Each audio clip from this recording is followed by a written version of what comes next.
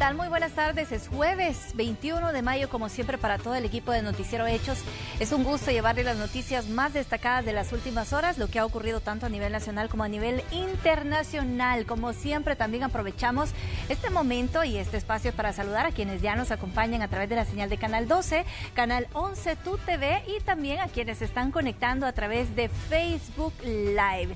Un privilegio informarles. Raúl, buenas tardes. Así es, Elida, buenas tardes amigos televidentes. También es importante saludar a todos los connacionales que nos sintonizan a través de Telecentro 429 de DirecTV en Estados Unidos. Gracias por estar en sintonía en Noticiero Hechos y estar pendientes siempre de todas las informaciones de las últimas horas. En los próximos minutos llevamos 2 horas de noticias nacionales e internacionales. A continuación, un adelanto de las informaciones. Intestinomicina, además de Laboratorios López, una empresa del grupo Procaps, presenta. Continúa la tensión entre los órganos del Estado. El presidente de la República, Nayib Bukele, dijo que presentará una demanda en la Comisión Internacional de Derechos Humanos en contra de los diputados y la Sala de lo Constitucional por violaciones del derecho a la vida y la salud en medio de la pandemia. Sigue en aumento la cifra de coronavirus en El Salvador. Ya se reportan 1.640 personas contagiadas, 32 han fallecido y 91 de los casos están en estado grave o crítico. Realizan desinfección en la Asamblea Legislativa tras confirmar 2 casos de coronavirus. Los afectados son elementos del equipo de seguridad del Congreso. La pandemia por el COVID-19 obligó al Tribunal Supremo Electoral a realizar cambios en el calendario para los comicios del próximo año. Ya le contamos. La cifra de infectados por COVID-19 en el mundo ha superado los 5 millones y los fallecidos sobrepasan los 328,000. Estados Unidos es el país más afectado con más de 1.5 millones de contagios y 93,000 fallecidos. Intestinomicina, además de Laboratorios López, una empresa del grupo Procaps, presentó. Iniciamos con los hechos. El presidente de la República, Nayib Bukele, informó que demandará ante la Comisión Interamericana de Derechos Humanos a la Asamblea Legislativa y a la Sala de lo Constitucional por posible violación al derecho a la vida y salud de los salvadoreños. Esto en medio de la pandemia del COVID-19. El anuncio se da después que la Sala frenara el decreto ejecutivo número 18 y que la Asamblea Legislativa no avalara una nueva prórroga al estado de emergencia y en su lugar aprobó una ley transitoria para la reactivación económica. Vamos a poner una demanda una denuncia ante la Comisión Interamericana de Derechos Humanos por la violación del derecho a la salud y a la vida y por no permitir al gobierno que tome las medidas sanitarias necesarias para detener el avance del virus, así como todos los gobiernos del mundo han tomado. Y no estoy hablando de dictaduras, estoy hablando de la democracia del mundo. Francia, Alemania, España, Italia, es más. Las medidas que estos países han tomado son muchísimo más estrictas que la de El Salvador. La cuarentena de España es mucho más estricta que la cuarentena de El Salvador. La cuarentena de Italia es mucho más estricta que la cuarentena de El Salvador. Entonces no estamos hablando de dictadura, no sé si hay dictadura en Italia, ¿verdad?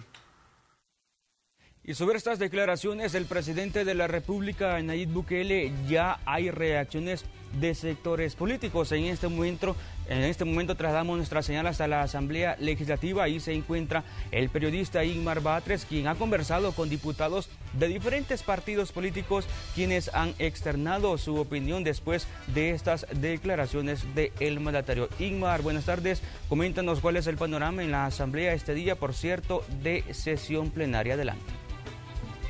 ¿Qué tal, Raúl? Muy buenas tardes, amigos televidentes. Así es, luego de que el presidente Bukele dijera que asistirá a la Comisión Interamericana de Derechos Humanos, no solo a demandar a la Asamblea Legislativa, sino que también al órgano judicial, estamos hablando de la Corte Suprema de Justicia. Ya los diputados han dado sus opiniones acerca de eso, han declarado que esto es improcedente, al menos las fracciones mayoritarias.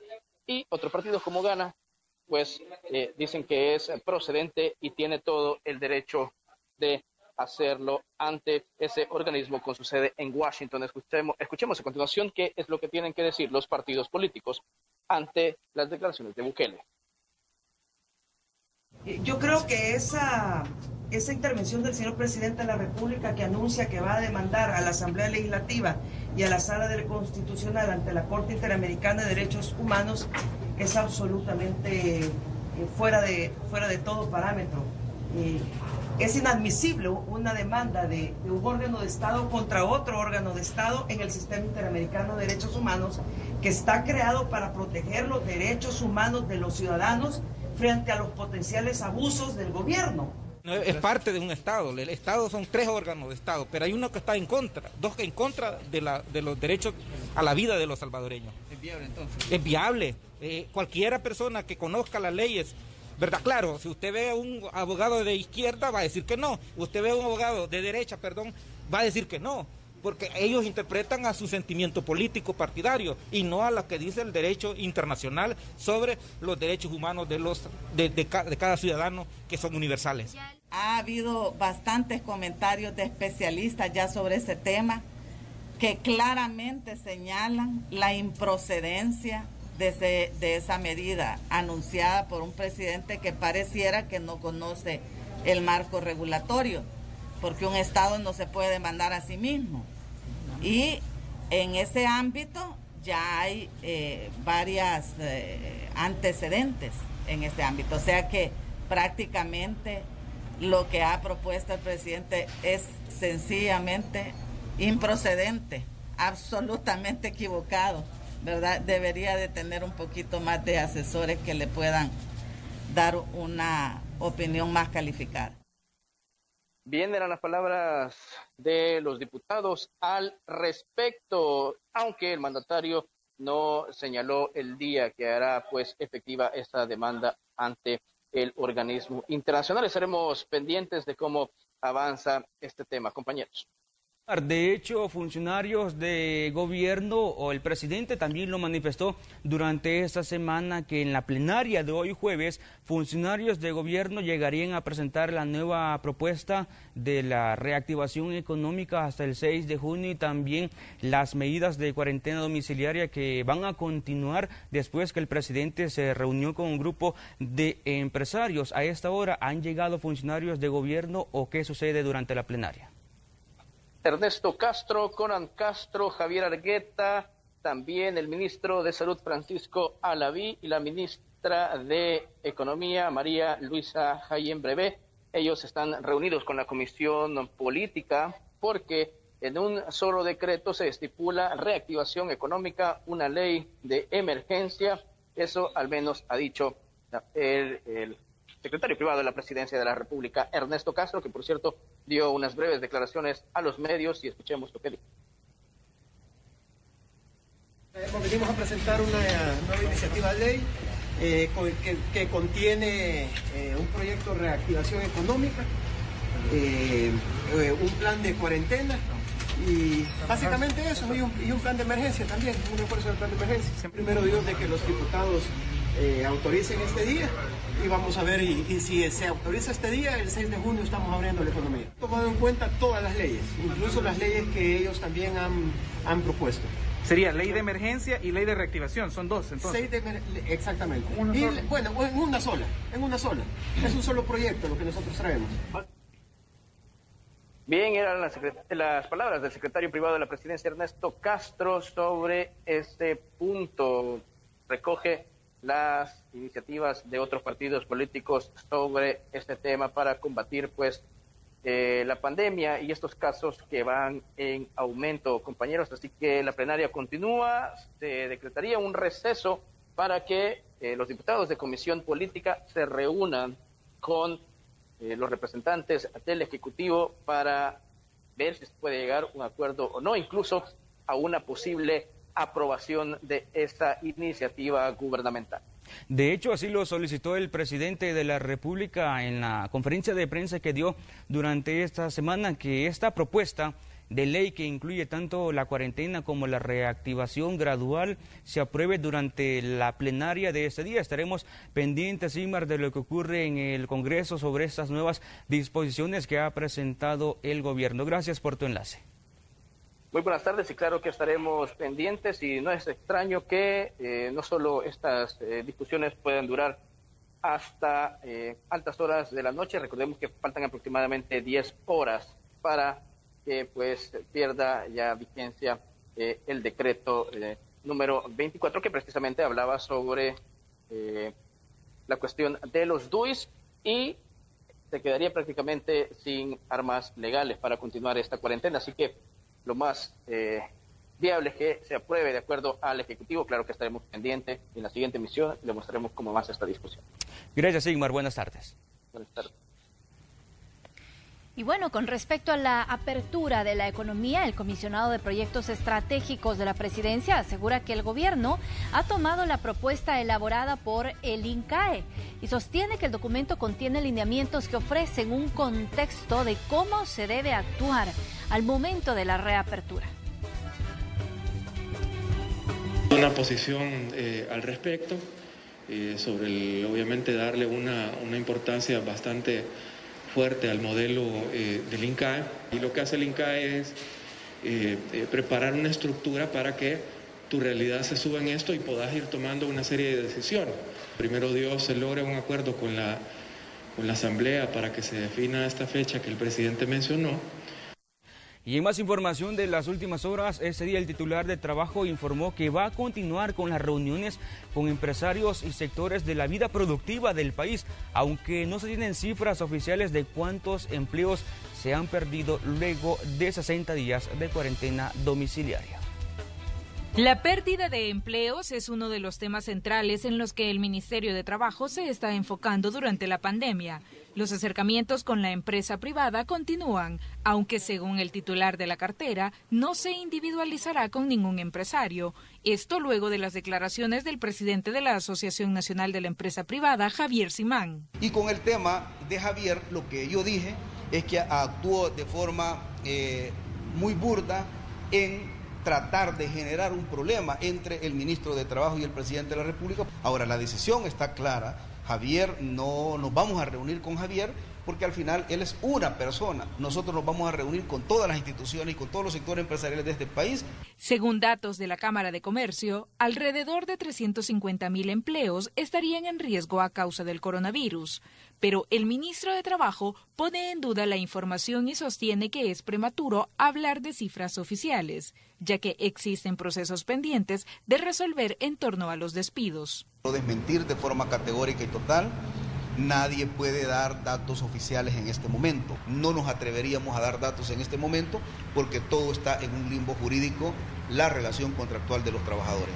En cuanto a la suspensión de contratos, algunas empresas están aplicando este mecanismo estipulado en el artículo 36 del Código de Trabajo, pero están brindando un apoyo a sus empleados para reducir el impacto económico a las familias. Hay algunas empresas que han hecho uso de la suspensión de contrato, que a juicio nuestro son unos despidos de hecho y que eso representa una cosa muy mínima todavía.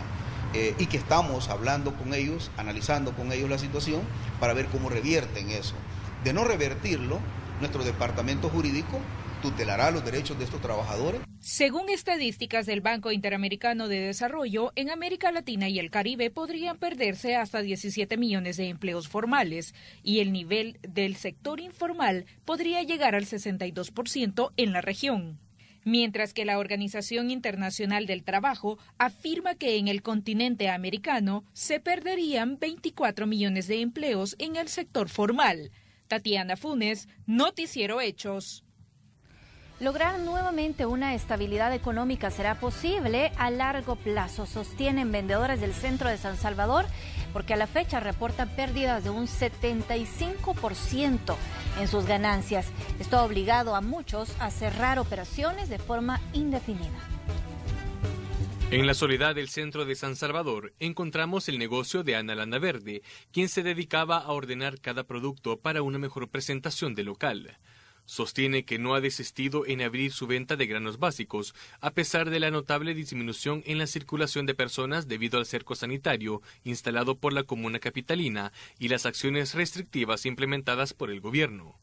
Como vendedora está en una disyuntiva: la necesidad de la reactivación económica por la pérdida del 75% de sus ganancias y el saber que la cuarentena es el único camino para evitar la propagación del coronavirus. Pienso que si se abre, como han dicho, a partir del 6 de junio, o sea, estaremos igual, ¿verdad? Pasará todo el año y seguiremos igual, ¿verdad? No va a ser lo mismo, o sea, la economía no va a surgir de la noche a la mañana, ¿verdad? Pero, o sea, yo tengo fe que por lo menos el próximo año, ¿verdad?, sea diferente. En un ambiente similar se encontraba Yesenia Beatriz. El ingenio les ha permitido mantener un 25% del ingreso de la venta de lácteos en la que por años ha trabajado. A su criterio, la fecha estipulada por el gobierno para la reapertura gradual de la economía es la adecuada, ya que se debe priorizar la salud de la población. Sin embargo, compromisos financieros los mantienen entre la espada y la pared, como el pago del personal, que ha tenido que ser reducido, y deudas con prestamistas que, al parecer, no comprenden la situación de escasez que atraviesa el país. Nosotros también tenemos que entender y a la vez pues, comprender la situación que se está atravesando el país en este momento, y lamentablemente pues no nos queda de otra, aunque sea lo poquito que se va vendiendo, pero algo, a nada por lo menos para cancelar lo que son local y todo eso, pago de energía y todo. Al menos algo, nada se está sacando. Lograr nuevamente una estabilidad económica no será posible a un corto plazo, ya que según se activen los sectores económicos, incrementará la demanda de sus productos. Que nos vayamos a levantar de a la noche a la mañana en esto es mentira, ¿verdad? Y sobre todo, quizás lo que preocupa aquí un poquito es, o sea, las deudas que se tienen, ¿verdad? Sobre todo préstamos con usureros, ¿verdad? Que no son 5 pesos, ¿verdad? La economía en nuestro país ahorita pues está, se podría decir, por el suelo. Hay mucha gente que ya no tiene dinero, entonces no creería que de primas a primeras se eleve lo que son las ventas. La fe y la esperanza les ha permitido continuar con sus labores. A pesar de esto, piden a las autoridades del gobierno y del Congreso a que se pongan de acuerdo lo antes posible y de esta manera aclarar el panorama económico en el país. Con imágenes e informe de Enrique López, Noticiero Hechos. Vamos a la siguiente información. Las empresas Vigo de Western Union, Vía América, RIA y MoneyGram se unen al gobierno del presidente Bukele para que envíes a cero costo o con descuento remesas a El Salvador durante todo mayo. Consulta en las redes del Ministerio de Economía las modalidades de cada envío de empresa. Vamos a revisar ahora los datos oficiales. Esta es la situación nacional en torno al COVID-19 y, bueno, la última actualización se hizo justamente hoy al mediodía. Ahí puede observar usted cómo los casos confirmados suman ya 1.640. De estos hay 1.068 todavía activos, hay 540 personas que afortunadamente se han recuperado. Y pues tenemos que lamentar también la pérdida de 32 vidas a consecuencia del COVID. También acá nosotros ponemos énfasis en los casos sospechosos, porque estos suman 977. Son personas que han presentado alguna sintomatología y pues estamos a la espera de esa confirmación, a la espera de los resultados de la prueba que ya se les ha realizado, que en total, desde que inició esta situación, ya suman 65.226 pruebas que se contabilizan. Y bueno, también podemos observar ahí la mayoría de los casos, fíjese usted, y esto llama mucho la atención, son asintomáticos. Lo peligroso de esto son 476 casos. Lo peligroso de esto es que son personas que no presentan ningún síntoma, que ni siquiera se podría imaginar usted que están positivas a COVID, pero que sí pueden transmitir el virus. Ahí tiene usted también la cifra y la cantidad de los casos que también han ido en incremento, los casos críticos y graves, y esto pues también es de prestarle atención porque ya las autoridades sanitarias hablaban de que estos son los casos que también pueden ir haciendo colapsar al sistema de salud en cuanto ya no haya suficientes unidades de cuidados intensivos para poderles dar la atención necesaria a estas personas. Vamos a la siguiente información porque se han confirmado 2 casos de COVID-19 en la Asamblea Legislativa. El diputado de Ghana, Lorenzo Rivas, informó que se detectaron 2 casos de COVID-19 en miembros de seguridad o PPI asignados al Congreso. Además que el Ministerio de Salud ya tomó el control, ya fue notificado de dichos casos. En este lugar, tal como observamos en las imágenes, se realizan labores constantes de desinfección durante toda la semana y también antes de cada sesión plenaria. Ya tal como ayer los medios lo decían, pues ya hay algunos casos, se han tomado pues las medidas necesarias a seguir los protocolos con las personas que están ya contagiadas, para que veamos de que esta es una realidad y que no estamos exentos los funcionarios de cualquier órgano del Estado pues para tomar las prevenciones. Y por eso hemos venido diciendo que es necesario tener un estado de emergencia, tener el control mientras está el aislamiento, mientras a través de las medidas que permite el estado de emergencia, que las instituciones funcionen, hagan su trabajo. Y el gobierno recibió un donativo de 14,000 caretas de protección para el personal de salud por parte de la empresa Amcor. La dotación será distribuida a la red de hospitales y unidades del país. El titular del Ministerio de Salud asegura que lo importante es estar dotados con insumos médicos para poder enfrentar la pandemia del coronavirus. La importancia de la protección del personal de primera línea, enfermeras, médicos, técnicos, personal administrativo, todos estos donativos realmente apoyan a todo este combate y le dan las herramientas necesarias para poder desarrollarlo.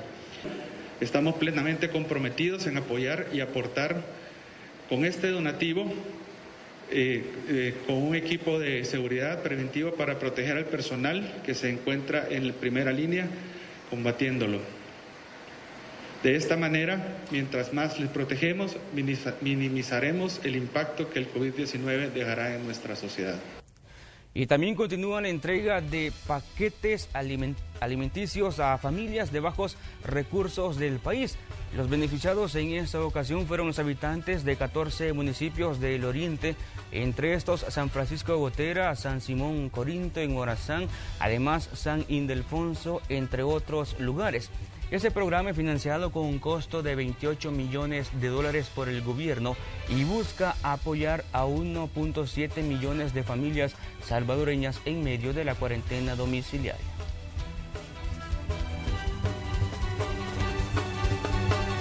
Y comandos de salvamento recibieron una donación por parte de la Embajada de Canadá que consiste en la entrega de equipo de bioseguridad, gasolina y equipo de limpieza para las ambulancias. Marcela Rivera nos tiene más información. Adelante, Marcela.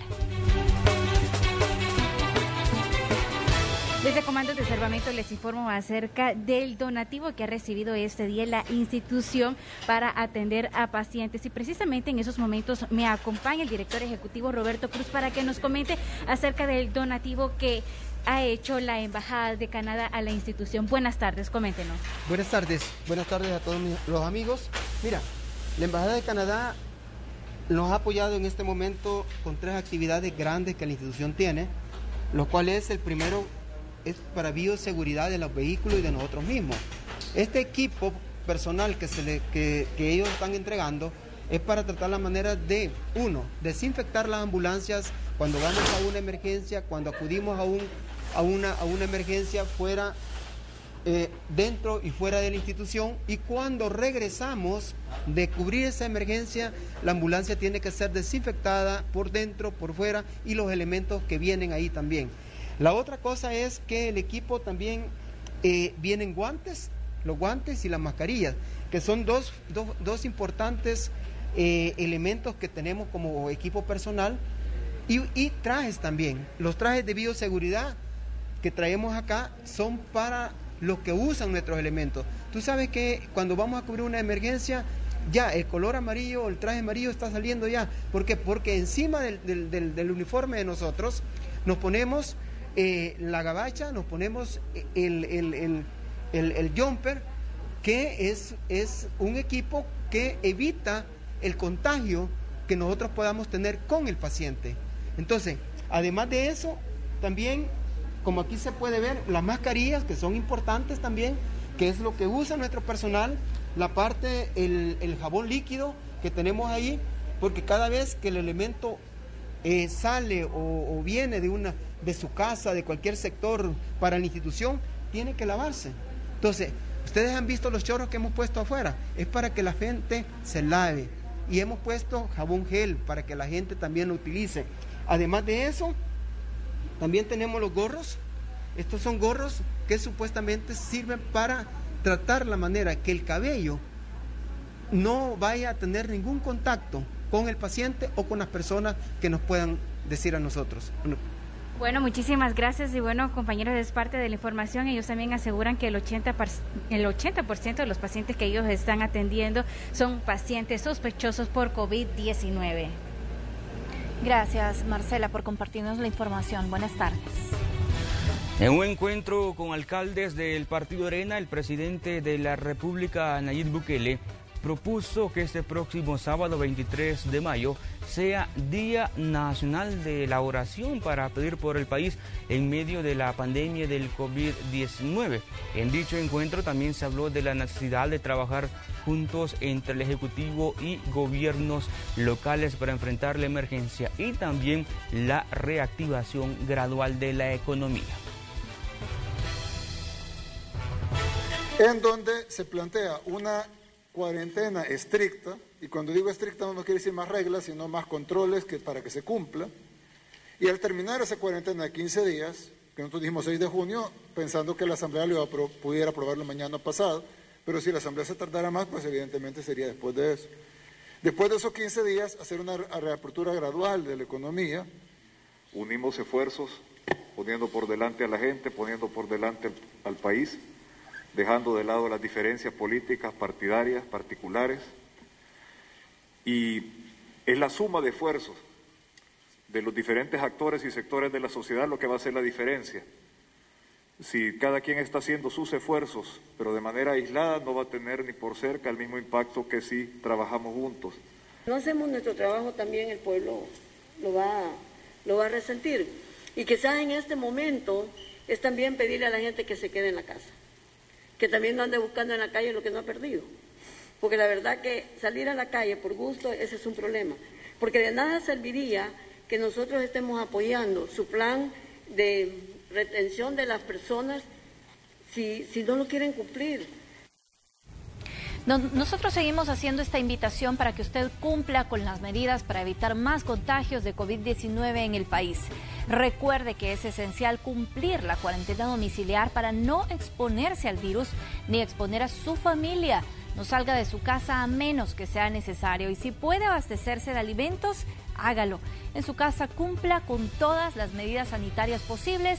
Hay que lavarse constantemente las manos, hay que utilizar alcohol gel y cuando salga a realizar las compras, no olvide su mascarilla y también practicar siempre el distanciamiento social.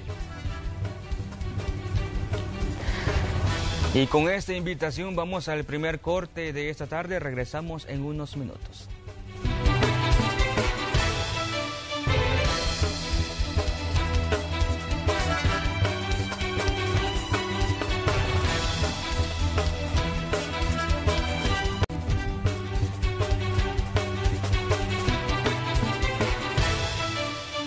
Gracias por continuar en sintonía en Noticiero Hechos. Vamos a hablar ahora de las afectaciones de la pandemia del COVID-19 porque hay modificaciones en los plazos de inscripción de candidaturas para consejos municipales y también diputados de la Asamblea Legislativa y el Parlamento Centroamericano. Esto de cara a las elecciones del año 2021. El periodista Nelson Quinteros con el informe. Adelante, Nelson.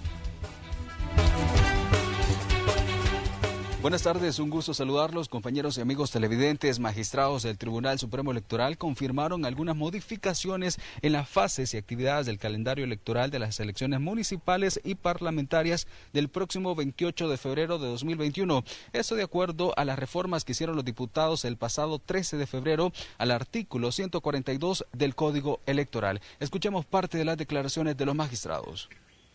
Los partidos políticos contaban con un periodo de 100 días para la inscripción de sus respectivos candidatos que han sido electos por los mismos.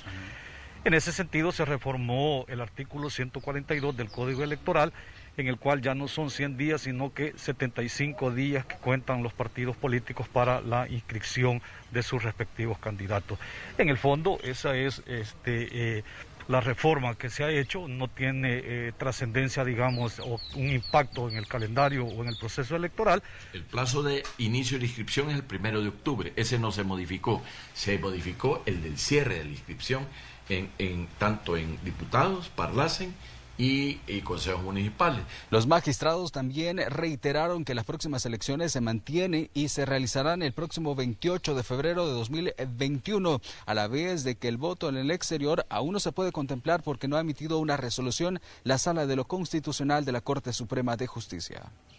La fecha de elección está dicho y ahora ya ni digo que hay una hipótesis de que no, la fecha de elección debe ser el 28 de febrero, si no nos va a dar los plazos electorales para terminar todo. Acuérdense que después de eso se hace una escritura preliminar, después de eso se presentan recursos de parte de los partidos inconformes. En este momento, voto en el exterior no hay entonces, como usted muy bien lo dice, estamos a la espera que va a resolver la Honorable Sala de lo Constitucional. Yo lo he expresado y reconozco el derecho que nuestros conciudadanos tienen para emitir el voto desde el exterior. Pero si en este momento hay elecciones, el Tribunal Supremo Electoral no puede organizar elecciones porque no hay ninguna ley que nos mandata o nos obligue a organizar elecciones desde el exterior. También informaron que se preparan con un plan debido a la pandemia del COVID-19 para que la población salvadoreña pueda emitir sus sufragios el próximo año. Estamos procurando tener un convenio con el Ministerio de Salud para que nos apoye con un equipo sanitario que esté a la entrada o al ingreso del recinto de votación, para que pueda verificar que no vaya a entrar alguien con síntomas o contagio que nos pueda complicar eso. Tampoco quiere decir que le vamos a limitar su derecho al sufragio, eso no podemos hacer, pero por lo menos si alguien anda presentando algún síntoma, lo agarra el equipo sanitario y ya le da el tratamiento debido para que vaya a ejercer el sufragio y de allí pues ellos tomarán las medidas que sean necesarias. Bien, es parte de la información que les tengo desde las oficinas del Tribunal Supremo Electoral de San Salvador. Por supuesto, lo vamos a ampliar en la emisión estelar de Noticiero Hechos. Feliz tarde para todos. Muy buenas tardes, Nelson. De hecho, estamos ya un poco más de 9 meses para los comicios del próximo año, tema importante que ya vamos en esta ruta de las próximas elecciones. Continuamos. Mucha atención a lo siguiente: si la gripe te va muy mal, toma Sudagrip, que tiene una familia de antigripales y poseen elementos necesarios para aliviar esos síntomas de la gripe y poder descansar. Sudagrip lo puedes encontrar en farmacias, tiendas y supermercados de conveniencia más cercano. La vida es mejor sin gripe. Un producto de Laboratorios Pile. Vamos a hablar de la siguiente historia. El coronavirus está causando miles de muertes a nivel mundial, pero también existen cifras de personas que logran vencer este virus. Tal es el caso de un salvadoreño en España, historia que nos está preparando el periodista Julio Guevara, con quien en este momento hacemos un enlace para conocer un adelanto de esta historia. Adelante, Julio. ¿Qué tal? Buenas tardes. Meses atrás un salvadoreño salió rumbo a España buscando una mejor vida, sin imaginar que solo llegaría a contagiarse de coronavirus. Saber pues, de que con la ayuda de Dios, hoy más que nunca deben de estar unidos. Es una videollamada que alborota los sentimientos de Claudia Castillo. Emocionada hasta más no poder, conversa con su tío Nelson, quien reside en Madrid, España. Hablamos de un salvadoreño de 40 años que hace varios meses abandonó su natal Santa Ana, migró a España buscando una mejor vida junto a su familia, pero hace algunos días estuvo a punto de morir. Tratábamos de llamarle, pero él no recibía llamadas, solamente mensajes. Nelson no quería contar lo que ocurría.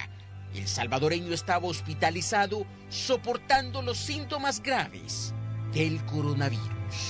Los médicos diagnosticaban lo peor, porque un viejo padecimiento de bronquitis complicaba a cada minuto su estado de salud.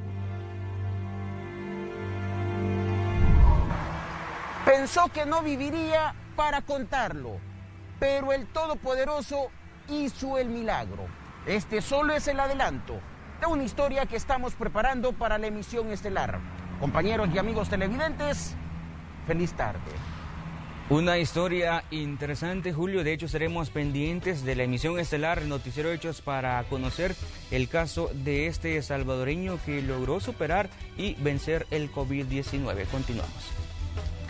Y vamos a conocer cuál es la situación que actualmente están pasando ganaderos en estos días de cuarentena. Luis López se encuentra en el municipio de Nueva Concepción, en Chalatenango, para informarnos sobre este tema. Te escuchamos, Luis. Feliz tarde.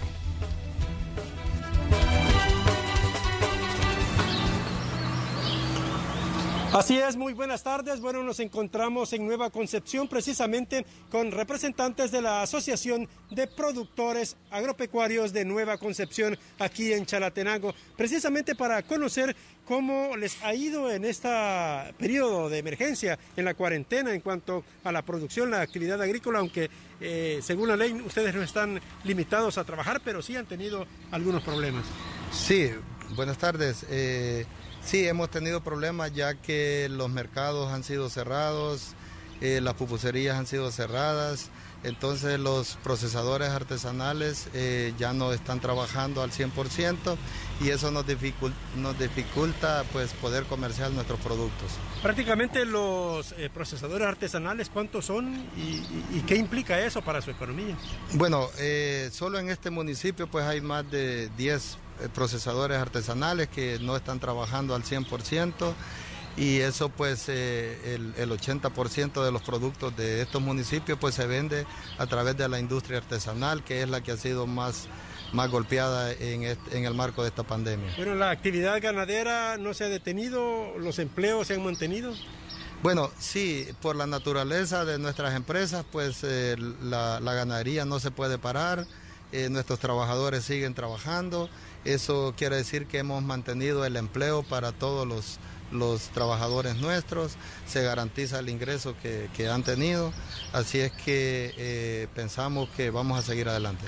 Bueno, todo este periodo se ha ido acumulando, digamos, una cantidad de leche, de productos, y eso también ha implicado problemas en el precio.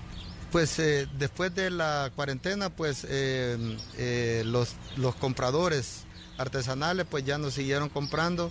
Nosotros como asociación de ganaderos pues hemos apoyado al pequeño ganadero para comprándole sus productos y lo hemos procesado y lo tenemos almacenado en nuestros cuartos fríos.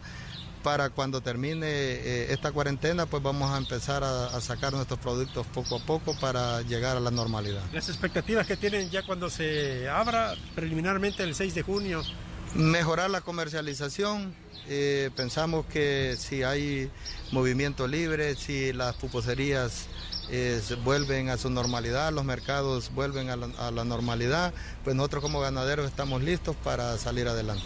Y muchas gracias. Esta es en términos generales parte de lo que están viviendo productores agropecuarios aquí en la zona norte de Chalatenango, específicamente en Nueva Concepción.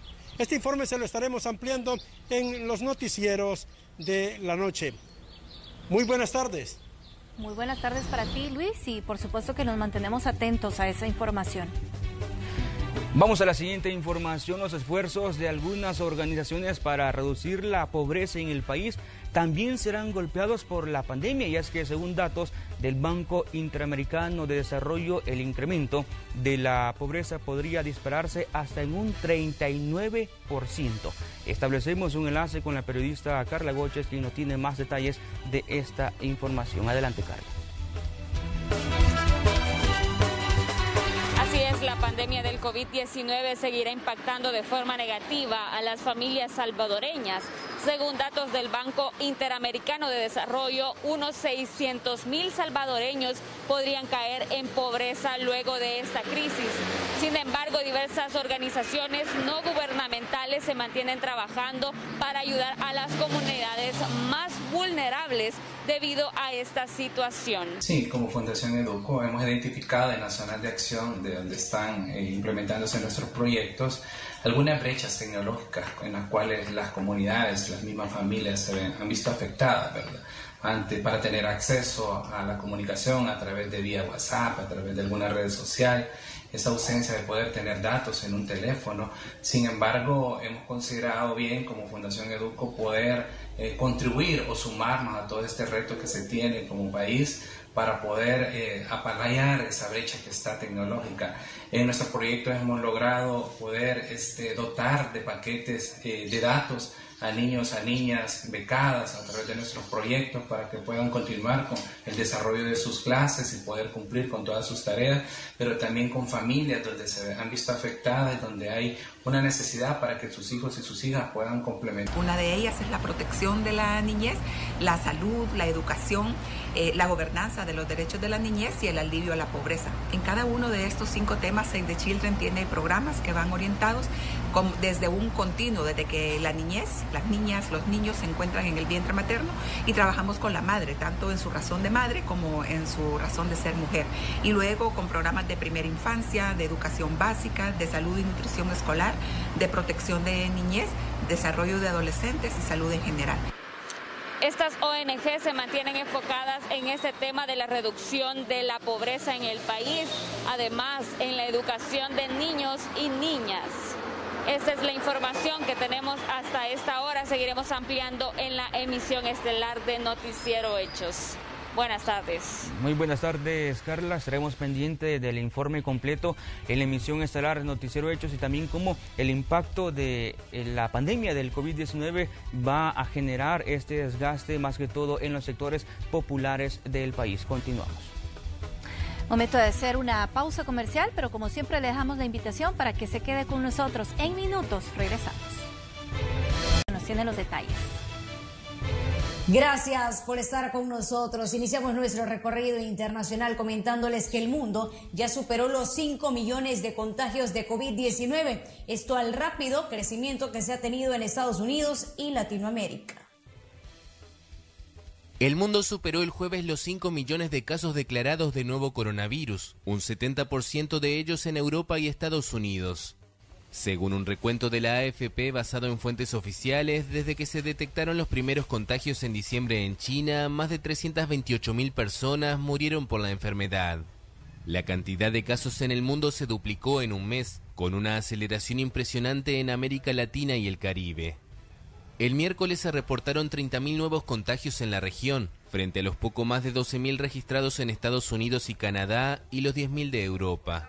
El aumento se debe sobre todo al incremento de los casos en Brasil, que se acercaba a los 300.000 infectados. Pero la situación tampoco es muy alentadora en países como Perú, que superó los 100.000 casos, o México y Chile, ambos con más de 50.000 contagiados. Vamos a conocer a detalle la situación de algunos países, por ejemplo, Ecuador, que ha sido muy golpeado por esta pandemia. Sofía Vintimilla, desde el lugar de los hechos, nos amplía. Adelante, Sofía.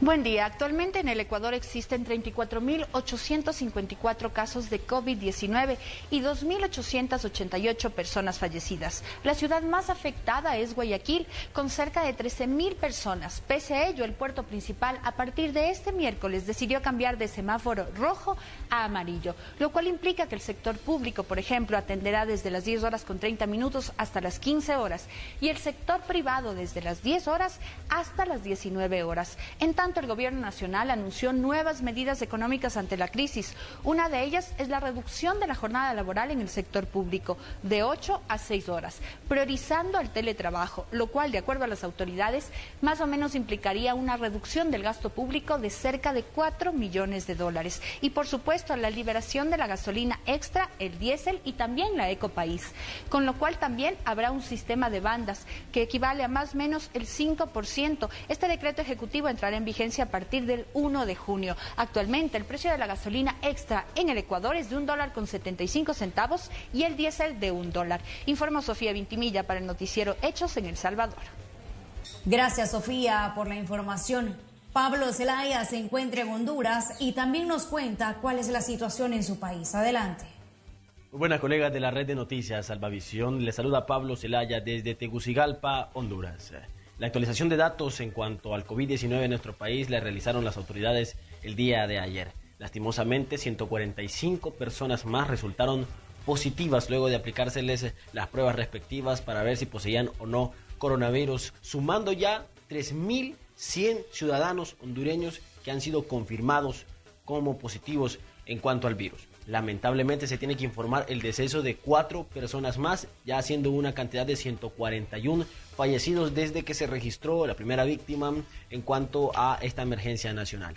Pero también se han registrado algunas cifras positivas. 6 personas más se han recuperado, sumando ya 355 personas que se han recuperado en su totalidad de aquellos que han resultado infectados o positivos producto del coronavirus. Es resaltable mencionarles también a todos ustedes y a la comunidad que el día de hoy el sector transporte realizó varias protestas en diferentes puntos de la ciudad capital, exigiéndole a las autoridades de gobierno una pronta respuesta en cuanto a las solicitudes que han tenido referente a nuevamente volver a operar sus unidades. Por supuesto, algunos sectores han expresado que no cumplen con los requisitos necesarios para que se vuelva a reactivar el sector transporte.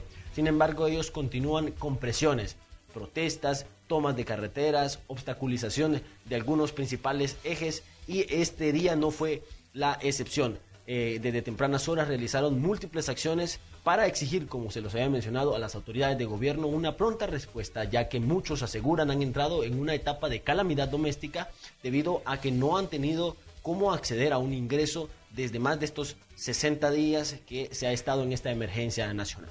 Esa es la información más relevante en cuanto a lo que ha acontecido y en cuanto a la actualización de datos referentes a los casos positivos de coronavirus en nuestro país. Este ha sido mi informe para ustedes, amigos de la red de noticias Salvavisión. Muchas gracias a ambos. Así las cosas en Ecuador y Honduras. Ahora nos vamos a ir hasta Santiago de Chile, donde en las últimas horas y desafiando la cuarentena frente a elementos de seguridad, se registró una nueva protesta ante la falta de empleo y alimentos. Los inconformes aseguran que los barrios más pobres han sido olvidados por el gobierno. El gobierno no se ha hecho presente con nosotros, no tenemos ayuda para nada. Tenemos enfermos de COVID los cuales no están siendo visitados, los exámenes no llegan oportunamente, no tenemos nada en realidad. Y decenas de venezolanos se encuentran fuera de su país natal. Muchos de ellos han intentado regresar y otros, conscientes de la situación económica de Caracas, han optado por quedarse en países como Bolivia. La Organización de Estados Americanos dio a conocer que este país pasó de ser uno de tránsito a un país de destino y quienes llegan lo hacen en condiciones de vulnerabilidad. Según la OEA, Bolivia recibió cerca de 1.000 refugiados venezolanos hasta la fecha.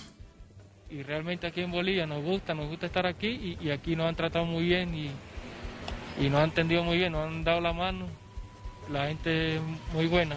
Y vamos a ver qué es lo que ocurre en este país, porque recientemente el presidente Nicolás Maduro celebró el arribo de buques de Irán con gasolina y productos petroleros, luego que Teherán advirtiera de consecuencias si Estados Unidos impide la llegada de esas embarcaciones a costas venezolanas. República Islámica de Irán, gracias por todo el apoyo que estamos recibiendo. Estamos listos para lo que sea, como sea y cuando sea. Irán, salam aleikum. Palabras del presidente de Venezuela, Nicolás Maduro, y así nosotros finalizamos este primer bloque de noticias internacionales. Nos vemos más adelante. Gracias, Graciela, por ese resumen de noticias internacionales. Gracias por continuar en sintonía de Noticiero Hechos. Hoy nos acompaña en el estudio Laura del Valle, ella es directora ejecutiva de World Vision, y vamos a conversar acerca de la atención que realizan ellos como organización no gubernamental ante esta emergencia por COVID-19 y cuál es el apoyo también que se le está ofreciendo a los padres de familia y la protección que se da a los niños en esta cuarentena. Bienvenida, Laura. Muchísimas gracias, un placer estar aquí con ustedes y con los televidentes conversando sobre esta situación en un enfoque principalmente en los niños, niñas y adolescentes. Muchas gracias. Muchas gracias por estar acá con nosotros en Noticiero Hechos. Sin duda temas importantes, la niñez, y es que para contextualizar llevamos ya 60 días prácticamente en esta cuarentena domiciliaria, en emergencia también por la pandemia del COVID-19. Sin duda también las relaciones en los hogares se podrían estar transformando. Han pasado ya casi 2 meses las familias en sus hogares. Las clases han sido suspendidas, las relaciones también entre padres e hijos se podrían estar viendo o modificándose. También ustedes como organización, ¿cómo han visto lo que está ocurriendo en los hogares y también el trabajo que están desarrollando? Sí, definitivamente la situación ha cambiado para todos y los niños y las niñas no son la excepción, ¿verdad? También sus vidas han cambiado, sus rutinas, sus relaciones. Y para la familia eso ha significado también varios desafíos y oportunidades también, ¿verdad? Pero nosotros como organización y con un enfoque en la niñez estamos velando por 4 objetivos fundamentales. Uno es disminuir la diseminación del virus, y por eso estamos atendiendo directamente a los servidores en el área de la salud, pero también a las familias y las comunidades para que tengan medidas preventivas. Otro objetivo importante es la protección, como usted decía, de los niños y las niñas dentro y fuera de su casa.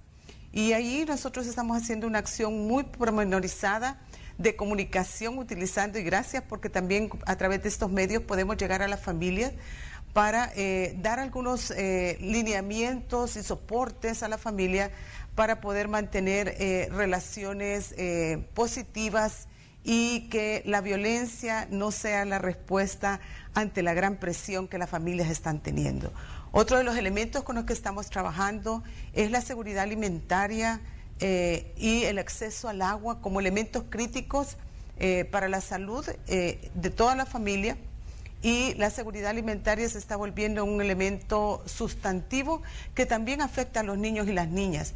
Tenemos conversaciones con ellos y ellos ya nos están diciendo, en una encuesta que recientemente hicimos, el 43% de ellos están manifestando que los alimentos están empezando a escasear en su casa. Entonces, es un enfoque amplio y a través de una colaboración espectacular de muchas entidades, familias, voluntarios, colaboradores, gente que también quiere y tiene en su corazón la preocupación por la niñez.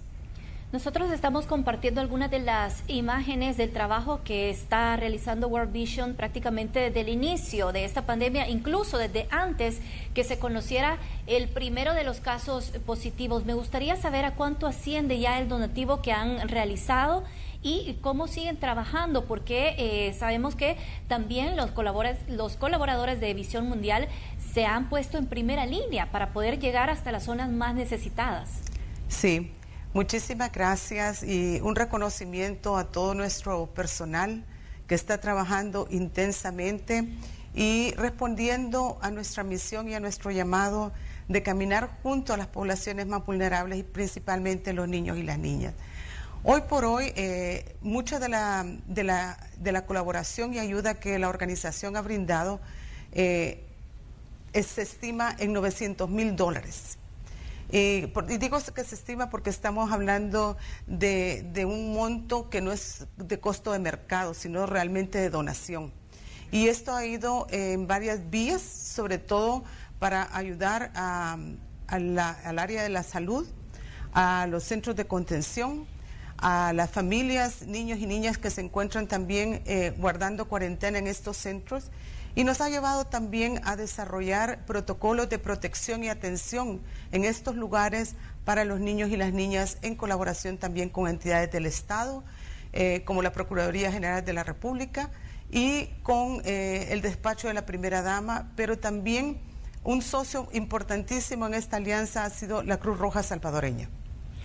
Por ejemplo, con las municipalidades también me imagino que están de la mano llevando proyectos, algunos son similares, o cómo están trabajando con las alcaldías, que ellos también conocen bastante bien el terreno y las comunidades donde más se necesitan ayuda.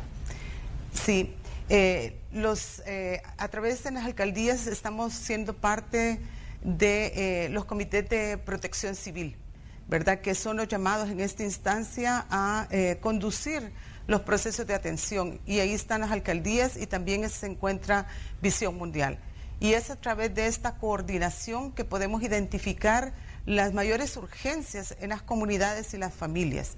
Recientemente acabamos de terminar también un diagnóstico sobre acceso a agua, que es uno de los elementos críticos, y es alarmante porque el 33% de las familias con las que nosotros trabajamos y a quienes servimos no tienen acceso a agua más que 1 o 2 veces a la semana, y eso implica riesgo, sobre todo en una emergencia de salud como la que estamos viviendo. Hay otro dato que a mí me llama mucho la atención y es bien preocupante. Laura, World Vision lanzó recientemente a través de las redes sociales un comunicado donde expresaba y advertía que por el COVID-19 se podría revertir hasta en 30 años la reducción de la pobreza que se ha alcanzado hasta la fecha. Cuéntenos un poco de cómo surge este estudio, de dónde se sacan los datos. Sí, lo estamos haciendo a nivel incluso de América Latina. Hemos identificado que al menos 33 millones de niños y niñas van a ser impactados por el COVID. Y estamos hablando impactados en el sentido de que su seguridad y su supervivencia van a verse comprometidas.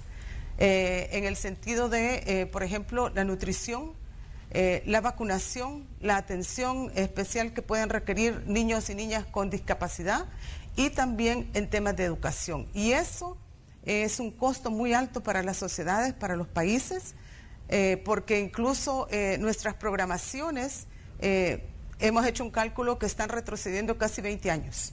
Vamos a volver a una programación de necesidades básicas, ya antes superadas, precisamente por la crisis y los impactos secundarios que tienen que ver con la sostenibilidad de los hogares y su acceso a recursos para la sobrevivencia. ¿De qué zonas, por ejemplo, lo mencionaba usted, que es de base de la región, este estudio que están realizando? Por ejemplo, las zonas más afectadas serían zonas rurales, los niños que viven en esas zonas, o esto implicaría a todos también los que están en las ciudades, o solamente zonas rurales? No, incluye zonas rurales y urbanas, y presentan características diferentes, pero la mayoría de estas poblaciones tienen sus ingresos en el sector informal o la agricultura de subsistencia. Y esos son dos sectores que están siendo directamente afectados, impactados, y por eso va a tener repercusiones importantes. En el área urbana también hay otro elemento que es el hacinamiento. Tenemos zonas donde la población, la densidad poblacional es de 900 por kilómetro cuadrado, cuando la nacional es más o menos de 360. Entonces, eso ya nos puede decir que el hacinamiento también es otro factor influyente en las condiciones de desarrollo de los niños y las niñas.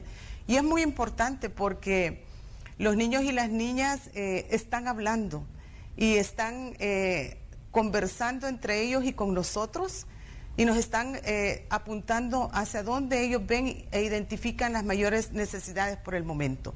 Y los alimentos son uno, pero en sus palabras la paciencia es otra. Y ellos están pidiendo de los adultos paciencia para poder retomar sus estudios, para moverse en ese ritmo. A veces no logran comprender. Ven que ahora las familias hemos tenido que pasar de a ser maestros y maestras, ¿verdad?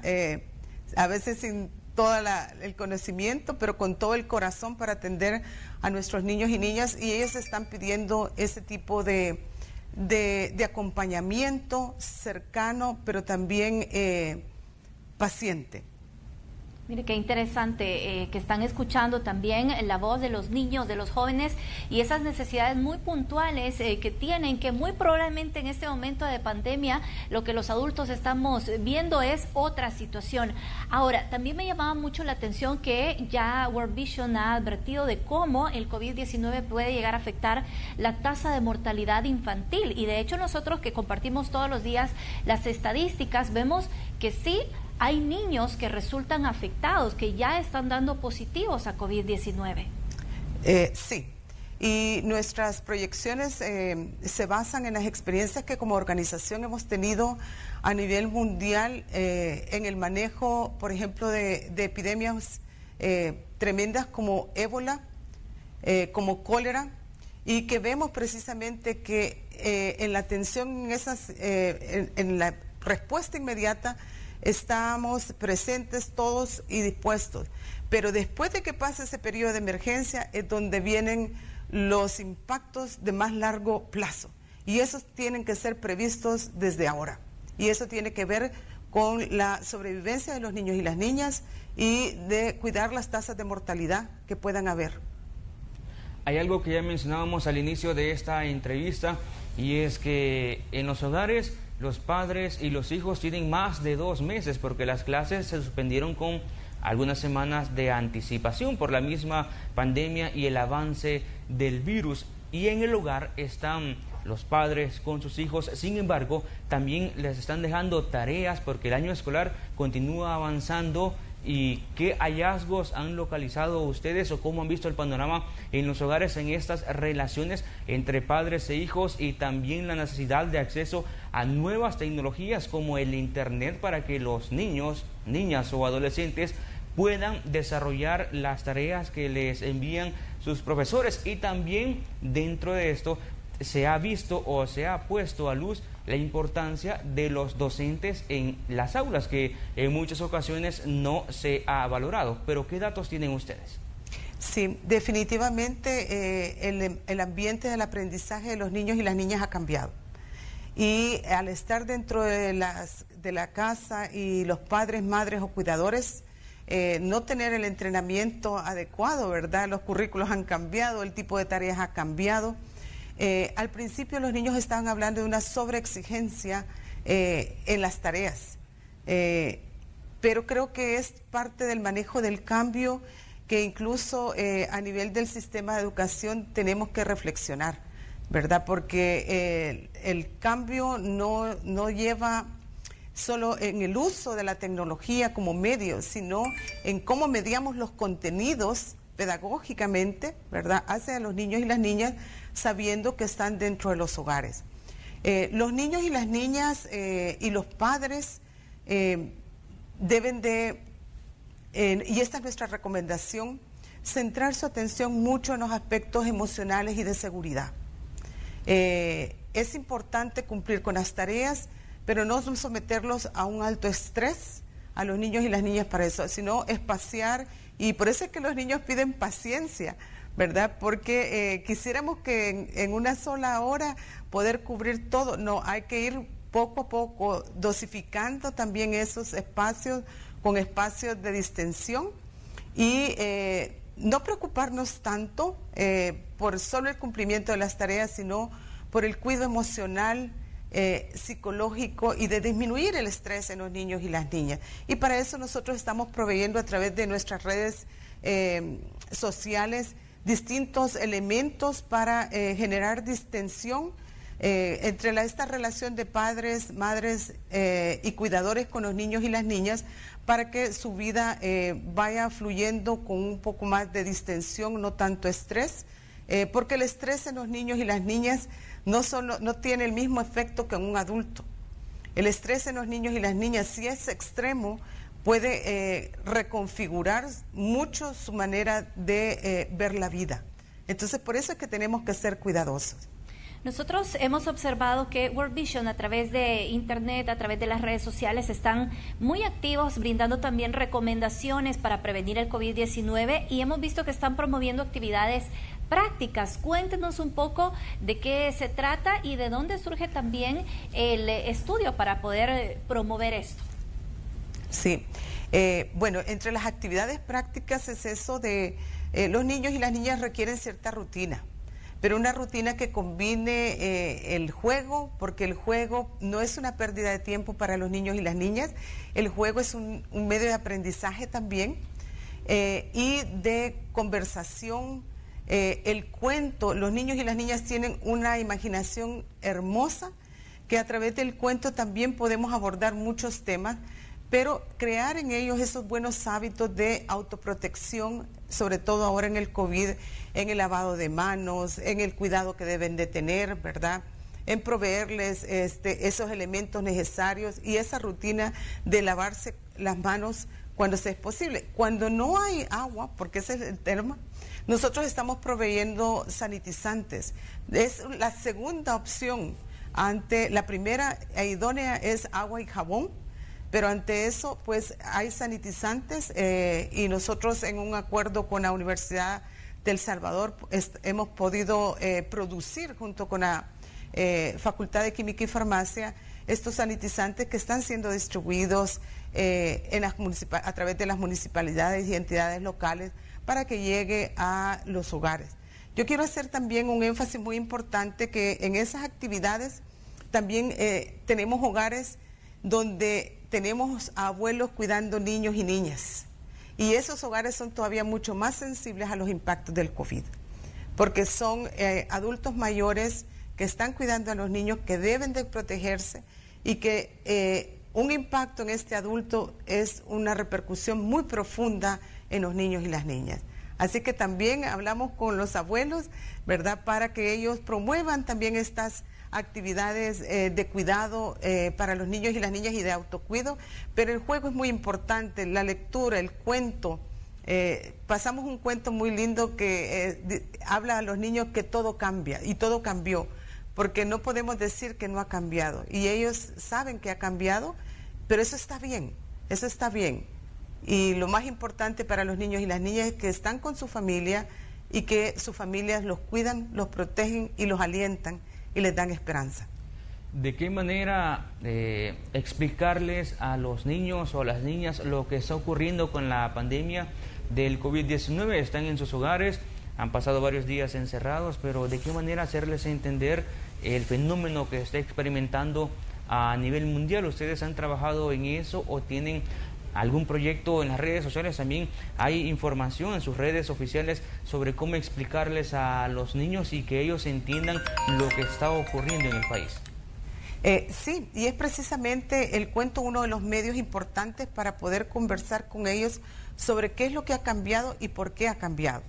El virus, ¿verdad?, nos afecta a todos. ¿Y cuáles son los cambios? Han dejado de ver a sus amigos y amigas del colegio, de la escuela, ¿verdad? Ahora están con la familia en casa, pero ese cambio también nosotros lo estamos direccionando hacia algo muy positivo. Y la familia tiene ahora la gran oportunidad de fortalecer los lazos y las relaciones con los niños y las niñas. Y ellos lo dicen, los niños dicen que entre las cosas buenas que está teniendo esto es que pasan tiempo con sus madres o con sus padres o con sus cuidadores o con sus hermanitos. Entonces también tiene aspectos positivos, pero sostenerlos en que están siendo cuidados, atendidos por sus familias y que si alguien se llega a enfermar, también vamos a saber cómo canalizar la asistencia para protegerlo y atenderlo en todo lo que nos sea posible. Y aquí nosotros celebramos mucho los esfuerzos que se están haciendo a través de todos los hospitales por brindar esta atención y particularmente pues un llamado muy especial para el Hospital Benjamín Blum, que es un hospital especializado para niños y niñas, para que ellos sean los que puedan brindar este soporte tan especial a los niños y las niñas, si es que llegásemos a un caso tan extremo como ese. Pero si no, el lavado de manos, el estar atentos, el cubreboca, cómo hacerlo. Miren, los niños aprenden rápido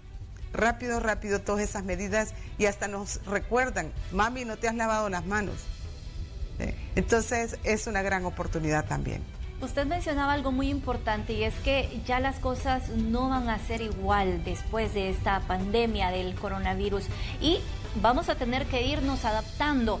Muy probablemente para muchos de nosotros como adultos implicó algún impacto el hecho de vernos y sentirnos y pues estar obligados al utilizar una mascarilla, obviamente para nuestra protección.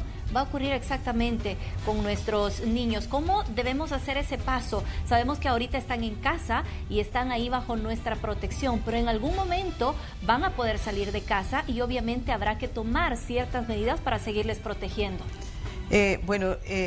El regreso, el retorno a las actividades tanto laborales como educativas debe ser muy bien planificado, ¿verdad? Y guardar todas las medidas y poner en práctica el conocimiento que tenemos ahora de cómo manejarlo. Por eso es que vamos a ir también, así como fuimos poniéndonos en casa paulatinamente, también ir abriendo poco a poco. Ahorita estábamos viendo la curva que está tendiendo a bajar, celebramos muchísimo eso, ¿verdad? Pero hemos visto también picos hacia arriba y hacia abajo cuando no se da el sostenimiento a las medidas preventivas. Entonces, hablar también con los niños, ¿cómo vamos a hacer? Miren que los salvadoreños somos muy afectuosos, ¿verdad? ¿Cómo van a celebrar, a saludar a sus amigos, a sus amigas? Hay que empezar a explorar todas esas situaciones con los niños y las niñas y decirles que no es que estamos rechazando al otro, estamos tomando precauciones, porque el distanciamiento no es social, el distanciamiento es físico. Laura, antes de finalizar la entrevista, ¿cuáles proyectos tienen ustedes a futuro o a qué le estarán, por ejemplo, apostando en los próximos días, siempre en el marco de esta emergencia? Sí, ahorita nosotros ya entregamos la parte de fortalecimiento a la primera línea de servicio y junto con las comunidades, ahora vamos a la parte de seguir en esa parte de prevención, pero vamos a lo que es el soporte para la ayuda alimentaria. Y nuestra meta es alcanzar 166,000 personas en los 37 municipios en los cuales estamos trabajando, y no pensamos que nosotros lo logramos solos. Nosotros vamos a poner una contribución importante y aquí el llamado es a unir los esfuerzos para hacer coberturas lo más amplias posibles en cuanto a acceso a alimentos, porque es lo que ahorita va a golpear más fuerte. También vamos a entrar en la parte de agua y saneamiento, con temas de potabilización de agua. Tenemos filtros potabilizadores de agua que incluso potabilizan agua lluvia, que vamos a poner también a disposición, cosecha de agua para tener disponibilidad de agua justamente ahora que estamos entrando al invierno. Y luego vamos a ir cruzando con lo que llamamos nosotros recuperación económica y de los medios de vida de la familia. Ver cómo reactivamos para que la sostenibilidad de las familias se dé a través de esas formas productivas y de generación de alimentos cercanos a la familia. Bueno, nos vamos a mantener muy atentos. Muchas gracias por acompañarnos y por contarnos un poco sobre la experiencia de World Vision, que sabemos que se ha puesto en primera línea precisamente para atender esta emergencia. Muchísimas gracias también a la población por la confianza que deposita en nosotros, y nuestro llamado siempre es a unirnos y a unir esfuerzos y a velar por los niños y las niñas. Muchísimas gracias. Muchísimas gracias. Vamos un poco con vos.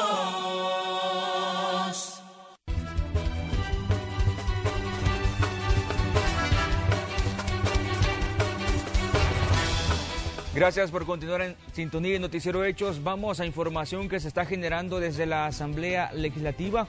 Hoy jueves, día de sesión plenaria, información en desarrollo que tenemos a esta hora de la tarde, 2:29.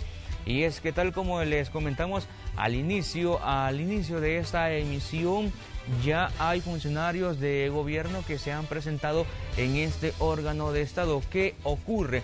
Y es que está reunida la comisión política, está reunido con los funcionarios de gobierno que han presentado una propuesta de ley de emergencia, de cuarentena y también reapertura económica. Esta ha sido recibida por el presidente de este órgano de Estado.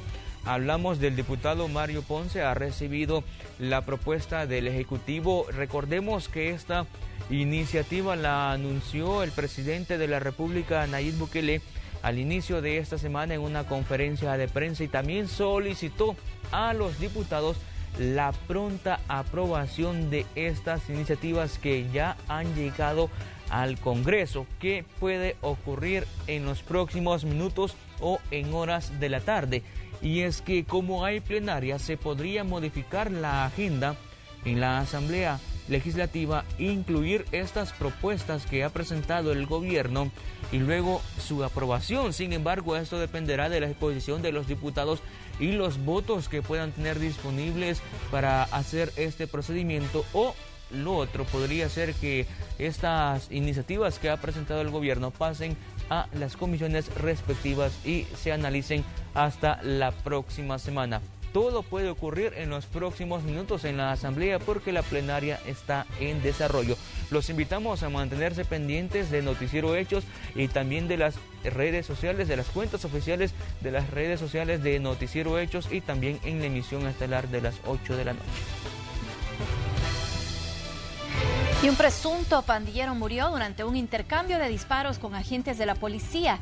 El incidente se registró en el interior de una finca en una comunidad del municipio de Zacacoyo, departamento de La Libertad. Según las autoridades, elementos de la delegación policial de la zona realizaban un patrullaje cuando fueron atacados. La víctima solo fue identificada como alias El Maligno, quien se presume era palabrero de la zona.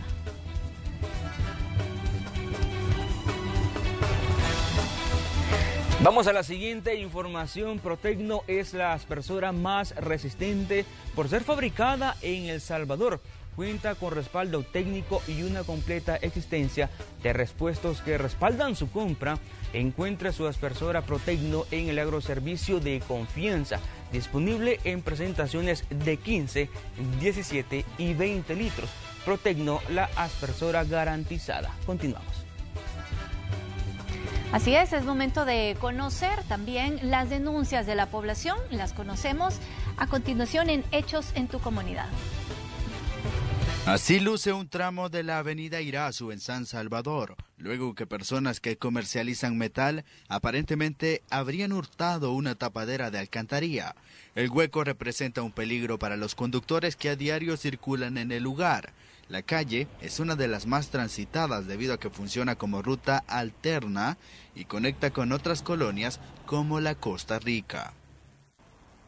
Empleados de ANDA son señalados de realizar obras inconclusas en la 17 Avenida Sur de la colonia Los Arcos en el barrio Santa Anita de San Salvador. Al parecer hace una semana llegaron a la zona para cambiar una tubería, pero se retiraron sin aplicar capa de asfalto en la parte de la calle donde se efectuaron las perforaciones. Un árbol cedió sobre un tramo de la 77 Avenida Norte de la colonia Escalón en San Salvador. Empleados de la comuna junto a Protección Civil llegaron a la zona para retirar las ramas y despejar la calle. Aparentemente las ráfagas del viento lo habrían derribado.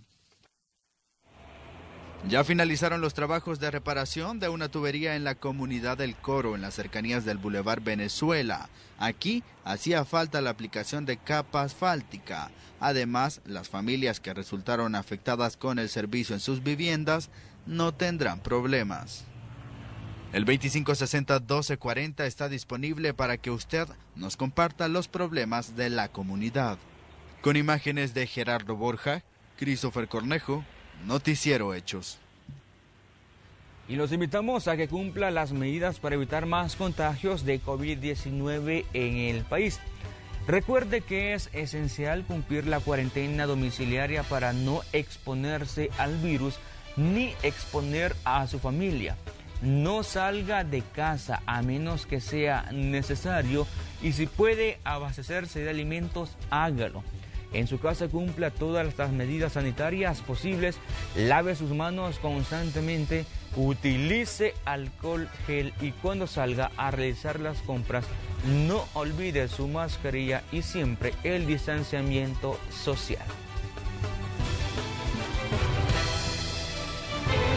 Vamos a hacer nuevamente una pausa comercial, invitándole a que se quede con nosotros porque en minutos regresamos. Vamos a más información en desarrollo. A esta hora hacemos un enlace con el periodista Ernesto Cornejo, quien le da cobertura a una actividad que va a iniciar en unos minutos en el auditorio del Museo David J. Guzmán, mejor conocido como MUNA. Y es que recordemos que las actividades, por lo menos educativas, durante esta semana han estado paralizadas las disposiciones del mismo Ministerio de Educación. Sin embargo, la próxima semana también se van a reanudar otras actividades y este día las autoridades de educación en unos minutos estarán haciendo un anuncio importante. Ernesto, buenas tardes, te escuchamos. ¿De qué trata la actividad que va a iniciar en unos minutos? Raúl, buenas tardes, saludos a la audiencia de Noticiero Hechos. Como bien ya lo mencionabas, desde que inició la situación de la emergencia del COVID-19 en el país, las clases han sido suspendidas. Pues nosotros estamos a la espera que venga hasta este lugar la ministra de Educación para brindar mayores detalles, y es que se va a hacer el lanzamiento de la tercera fase del plan educativo que ellos están llevando a cabo. Esta que comprende, hasta lo que nosotros hemos conocido al momento, pues según las autoridades van a hacer el anuncio porque por medio de radio y televisión se estarán impartiendo ciertas actividades escolares. Nosotros vamos a estarle llevando todos los pormenores, tanto en nuestras próximas emisiones como también a través de las diferentes cuentas de redes sociales. Hay que estar muy pendientes sobre este tema y también conocer otros, cómo va a ser la reapertura nuevamente de las clases en el país, los protocolos que se van a ir tomando. Recordarles que las autoridades han dicho que no van a llegar los estudiantes a los centros educativos hasta que esta situación vaya mejorando. Estamos hablando del COVID-19, pero son temas que sin duda alguna lo vamos a abordar con la ministra de Educación más adelante. Sí, sin duda, Ernesto, en unos minutos iniciará esta conferencia de prensa que es el lanzamiento de la franja educativa de televisión y radio como parte de la tercera fase del plan de continuidad educativa. También es importante decirle a los amigos televidentes que esta conferencia de prensa le estaremos llevando también a través de la página de Facebook de Noticiero Hechos. Más nos busca y ahí se va a enterar y va a conocer en desarrollo qué es lo que están informando las autoridades del Ministerio de Educación. Gracias, Ernesto. Sí, vamos a estar pendientes, como ya lo mencionabas, a través de las diferentes cuentas de redes sociales, hacerle la invitación. Ahí le vamos a estar transmitiendo todos los pormenores. Pasen buenas tardes. Muy buenas tardes. Continuamos con más información en Noticiero Hechos, información de las últimas horas. Así es, esta es información de última hora que se da a conocer a través de las redes sociales. Particularmente, esta es la cuenta oficial de la Policía Nacional Civil y es que están informando de la detención en la colonia Vista al Lago de Ilopango de 2 personas. Estamos hablando de Isaac Antonio Ramírez Argueta, de 26 años, alias El Chele, y Sidney Beatriz Sigüenza Morales, de 25, acusados de privación de libertad y asesinato, un hecho que habría ocurrido en el año 2010. Este día se ha logrado la captura y bueno, se hace dentro del marco del Plan Control Territorial que a pesar de la pandemia se mantiene vigente.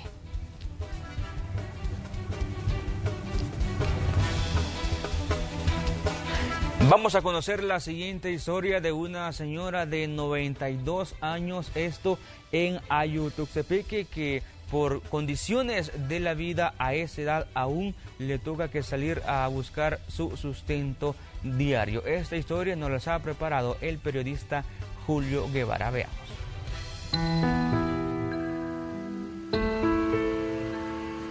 Apoyada de 2 improvisados bastones, Claudina sale de su casa. Tiene 92 años, edad que ya le pasa factura, pero aún así y a pesar de la cuarentena, debe atender su pequeño negocio, una venta de fruta que le permite conseguir dinero para el sustento diario. Montar ahora 2 he vendido, que ya están terminando los manguitos. La conocimos en el cantón El Zapote de Ayutuxtepeque, cerca del Redondel Integración. Aquí vende, pero no lo hace sola. Siempre la acompaña su hijo Lisandro. Tiene 66 años y pasa sus días en esta silla de ruedas. Relata que fue el responsable de cuidar a su mamá, pero un día sufrió un accidente trabajando como agente de seguridad. perdió una pierna y quedó con otras lesiones. Desde entonces, todo cambió. A Claudina de nuevo le tocó luchar por su hijo. Asegura que con los 90 encima salió a buscar trabajo, pero no encontró. Las necesidades iban creciendo y algo tenía que hacer. Decidió salir de su casa y encontró una finca con árboles frutales. Desde entonces, recoge las cosechas para venderlas. Así sobrevive. Pero con eso vamos pasando nosotros. Gracias a mi Dios que pues yo tengo fe que por medio de mi Dios estoy así, ¿verdad? De que me da fuerza y energía, que sea así como estoy. Es el diario vivir de esta familia. Duro, claro que sí. Sin embargo, aseguran que nunca faltan las personas de buen corazón. Claudina dice que en este lugar muchos automovilistas se detienen. Algunos le compran fruta, pero otros llegan como caídos del cielo. Cuando menos lo espera, sostiene que le llevan regalos que se traducen en bendición y que hasta el momento le han permitido tener los 3 tiempos de comida. Mira que aquí viene gente que nosotros ni los conocemos, pa. Buenos días, vean. Aquí les traemos las canastas llenas de comida. Al caer la tarde, regresan a casa. Lisandro se coloca una prótesis que hace algunos días se le quebró, pero aún así asegura que le sirve.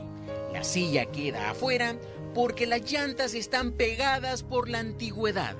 Mientras tanto, Claudina sirve la cena bajo este techo que, a pesar del deterioro, le permite pasar la noche cuidando a su hijo, por quien dice que seguirá luchando hasta que la vida se lo permita. Con imágenes de Juan Castellanos, Julio Guevara, Noticiero Hechos. Gracias, Julio, por compartirnos esta historia. Sabemos que esta emisión llega a nivel internacional también, y muchos salvadoreños que viven en el exterior posteriormente se ponen en contacto con nosotros para apoyar a salvadoreños como doña Claudina, que hoy está luchando por su hijo. Vamos a compartir otras noticias, y es que la temporada de invierno ya se está estableciendo en toda la región centroamericana, no solamente en El Salvador. Y ante los niveles de riesgo, las alertas podrían activarse en cualquier momento. A esto, pues, se suma la situación actual que estamos viviendo de emergencia sanitaria. El periodista Luis Alberto López nos ha preparado un reporte al respecto.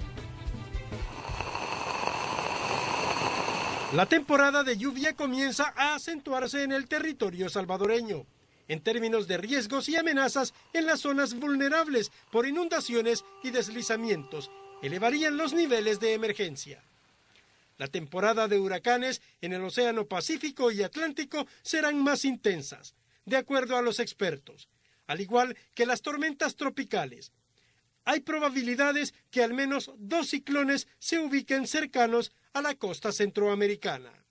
Condiciones de temporal en este año se espera al menos una ocasión que se produzca un temporal de corta duración entre los meses probablemente de junio, debido a que tenemos más actividad ciclónica, pero estas condiciones se van a estar actualizando ya cuando aparezcan estos signos o estas condiciones. El sistema de protección civil y los elementos de primera respuesta ya cuentan con los planes ante eventuales emergencias, aunque hoy se enfrentan a 2 escenarios: la emergencia por la pandemia del coronavirus y la temporada de lluvias. Lo que significa para El Salvador probabilidad de aumento de los caudales en los ríos, probabilidad de inundaciones urbanas, probabilidad de caídas de árboles y probabilidad de deslizamientos. Y eso nos va a implicar para instituciones de primera respuesta proceder a las evacuaciones de las familias en alto riesgo. El personal humano de primera respuesta que actualmente atiende la pandemia es el mismo que atendería las emergencias en invierno. Muchos de ellos agotados, al igual que los recursos económicos, y esto también preocupa a los alcaldes. Nuestros municipios son vulnerables en un 90%, entonces aquí viene un agravante más para lo que estamos viviendo. Recordemos que cuando viene el invierno también empieza el tema del dengue, empieza el tema del chikungunya, del Zika y de todo esto, y que también hay que comenzar a trabajar en eso. Lo importante es la preparación anticipada para enfrentar cualquier emergencia en la temporada de invierno. Y sobre todo, para aquellas familias que viven en comunidades de alto riesgo, identificar de forma coordinada con la ADESCO, con la Comisión Comunal de la zona, los posibles lugares de evacuación. No esperemos que haya una declaración de alerta para hacer las evacuaciones. Según los pronósticos del Ministerio de Medio Ambiente, los escenarios de lluvia para el país en los meses de mayo, junio y julio se presentarán en condiciones normales, que para El Salvador siempre significa un riesgo por el alto grado de vulnerabilidad. Con imágenes de Ricardo Tovar, un reporte de Luis Alberto López. Y de hecho ya se están reportando lluvias a esta hora de la tarde en varias zonas del país. Vamos a revisar el mapa de las condiciones del clima a esta hora. Por ejemplo, el Ministerio de Medio Ambiente en cuentas oficiales de redes sociales ha informado hace unos minutos de que se reportan lluvias de moderadas intensidad en los alrededores de Nahuizalco, San Juan Opico, el área metropolitana de San Salvador y también en la zona oriental. Tampoco se descarta que en las próximas horas se registren más precipitaciones en diversos puntos del país, incluyendo la zona oriental. Siempre es importante recomendar a la población acatar las recomendaciones precisamente de las autoridades indicadas en el tema de las lluvias para evitar algún inconveniente.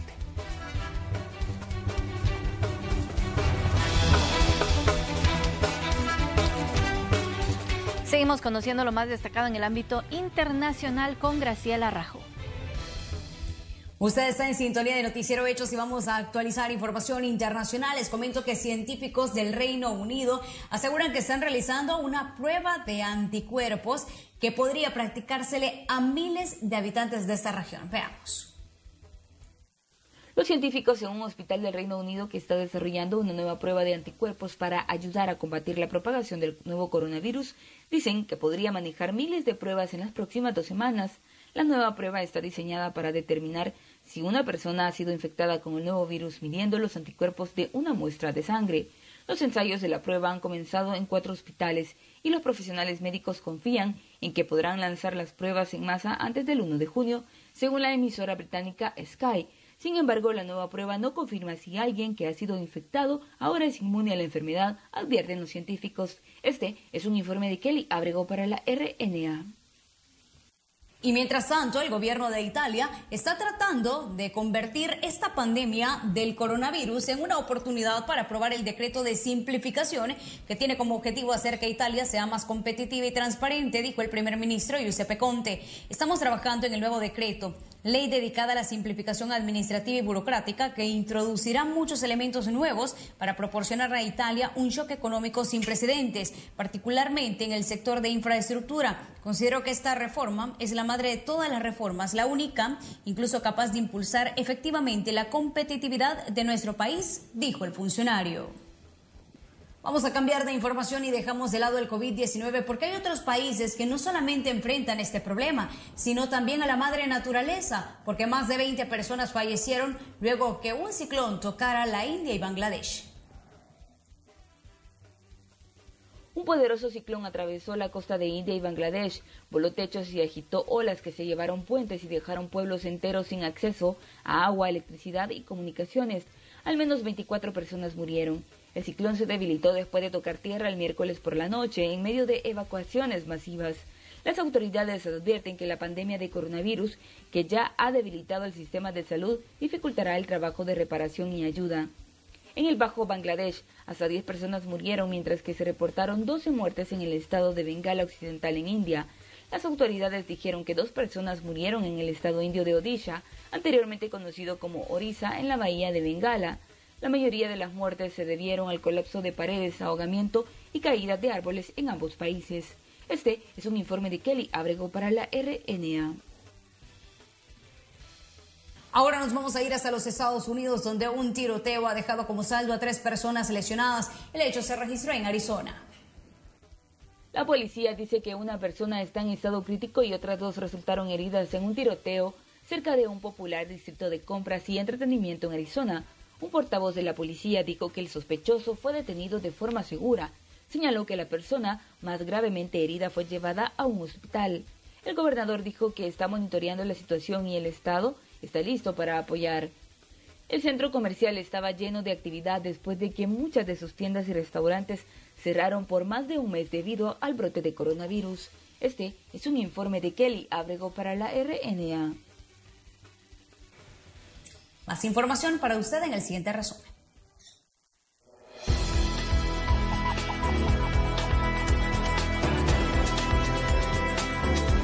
La nueva legislación ha entrado en vigor en España, que hace obligatorio el uso de máscaras protectoras para las personas mayores de 6 años, a medida que la nueva pandemia de coronavirus continúa extendiéndose en todo el mundo. Cientos de personas se apresuraron a comprar licor el jueves, haciendo fila en grandes cantidades y violando las medidas de distanciamiento social fuera de varias tiendas en Jammu, la capital invernal de la región norteña de Cachemira de India, después que algunas restricciones de coronavirus habían sido aliviadas. Un restaurante en Bangkok ha instalado particiones entre mesas como parte de las medidas para frenar la propagación del coronavirus.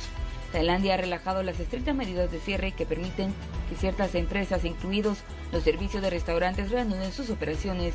Este es un informe de Kelly Abrego para la RNA.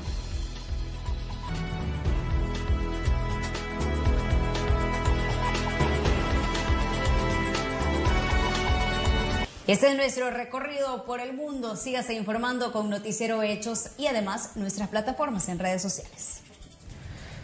Muchas gracias, Graciela, por esa información internacional. Y antes de finalizar, información de última hora, el Ministerio de Salud está informando de la víctima número 33 de COVID-19 en El Salvador. Ha fallecido otra persona, hombre de entre 60 a 70 años de edad, de acuerdo a lo que ha informado el Ministerio de Salud. Justo se acaba de actualizar esa información y se comparte a través de las redes sociales. Como tú lo mencionabas, Raúl, una persona, un hombre de entre 60 y 70 años, y de acuerdo a las autoridades se cumplió con todo el protocolo. Así es, con esta información finalizamos la emisión de este día jueves. Gracias por habernos acompañado, será hasta mañana. Pase buenas tardes.